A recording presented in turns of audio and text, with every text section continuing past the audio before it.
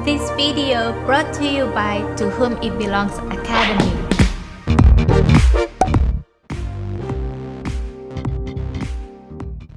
The Bible is a small library of books that came from the history of the people of ancient Israel.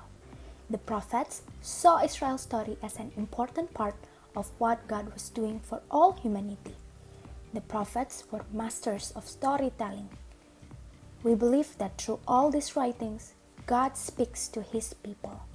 There are two testaments in the Bible, the Old Testament and the New Testament. The Old Testament or Tanakh was written in ancient Hebrew and Aramaic over the span of more than 1,000 years. The Tanakh contains 24 books, 39 books in the Christian count. They tell of their birth as a nation, history in the land called Israel and Palestine today, exile from it, return, and their eventual rebuilding around the city of Jerusalem.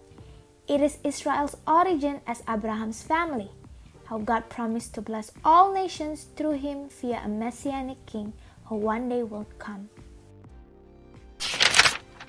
Creation and the royal task. In Genesis chapter 1 and 2, God confronts chaos. And out of it, God creates a wonderful ordered world full of beauty and potential. God then chooses humans to take care of this world and to multiply. Humans are to take this good world and make it better while living in harmony with God and each other. Rebellion and the fallout. In Genesis chapter 3, 2:11, as the humans go about their given task, they're faced with the choices about what is good and evil. Will they trust God's wisdom?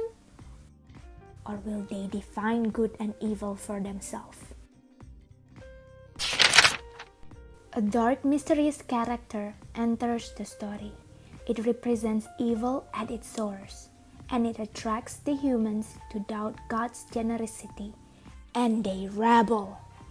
This leads to disaster.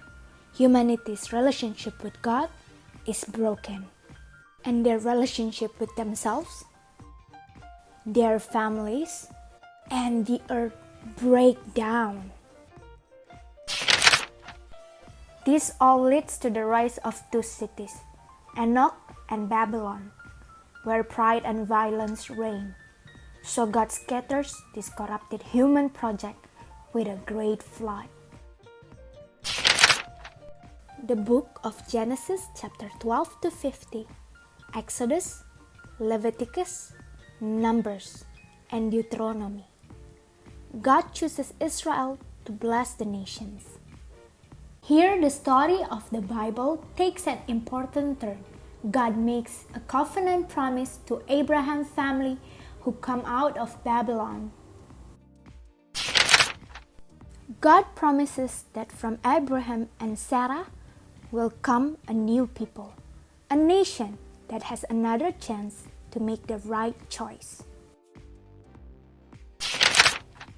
If they succeed, it will open up this new way forward for the rest of humanity. The family grows, but they become enslaved in Egypt. As a nation, Egypt represents all that's gone wrong with humanity: idolatry, injustice, and giving into evil. God raises up Moses and defeats Egypt's evil, rescuing his people and bringing them to Mount Sinai. God personally lived among them. But despite God's personal guidance, Abraham's family give in to that same temptation to redefine good and evil on their own terms apart from God.